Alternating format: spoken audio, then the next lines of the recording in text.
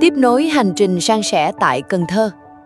Trong phần tiếp theo của chuyến đi, đoàn đã dành thời gian gặp gỡ, hỏi thăm và gửi những lời chúc sức khỏe chân thành đến các cụ cao tuổi trại địa phương.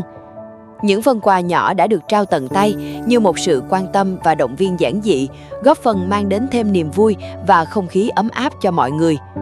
Những câu chuyện gần gũi, những nụ cười hiền hậu và khoảnh khắc sẻ chia chân thành đã để lại nhiều cảm xúc ý nghĩa trong hành trình lần này.